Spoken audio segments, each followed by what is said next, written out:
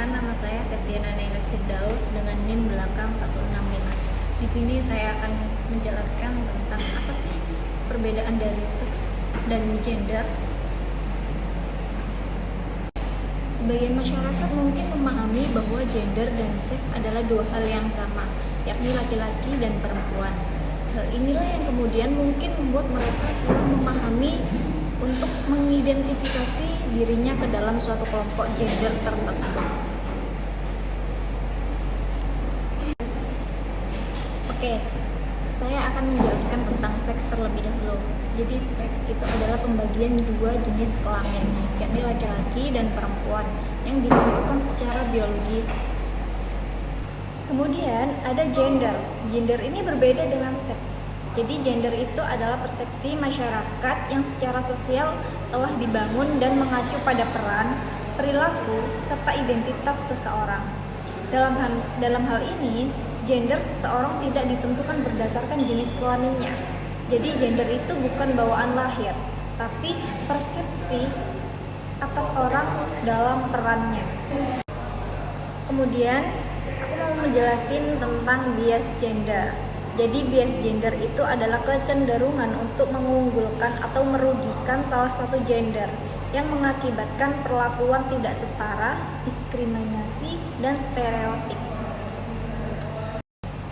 Jadi bias gender itu artinya perlakuan gak adil atau pandangan sebelah mata terhadap seseorang hanya karena jenis kelaminnya. Nah, di bias gender ini ada bentuk-bentuk bias gender. Yang pertama ada stereotip gender, yaitu memberi label atau anggapan tertentu pada laki-laki atau perempuan. Nah, seperti contoh, perempuan itu harus lemah lembut, jadi nggak cocok jadi pemimpin, atau laki-laki itu nggak boleh nangis karena dipaksa harus kuat. Nah, yang kedua itu ada diskriminasi gender, yaitu perlakuan tidak adil terhadap seseorang hanya karena jenis kelaminnya.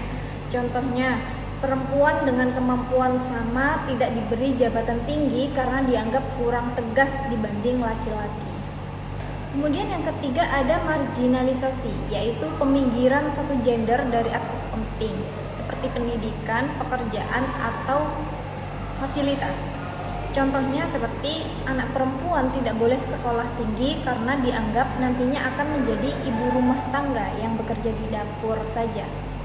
Kemudian yang keempat ada subordinasi, yaitu menganggap satu gender lebih rendah dari yang lain.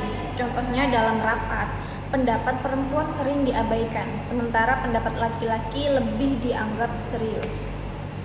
Kemudian yang kelima ada beban ganda atau double burden, yaitu perempuan atau laki-laki harus memikul dua peran sekaligus.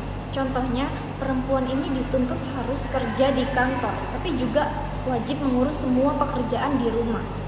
Kemudian ada kekerasan berbasis gender, itu seperti kekerasan fisik, verbal, atau psikologis yang dialami karena identitas gender. Contohnya, pelecehan seksual di tempat kerja yang mayoritas korbannya adalah perempuan. Oke, itu saja penjelasan aku tentang seks, gender, dan bias gender. Terima kasih, sampai jumpa.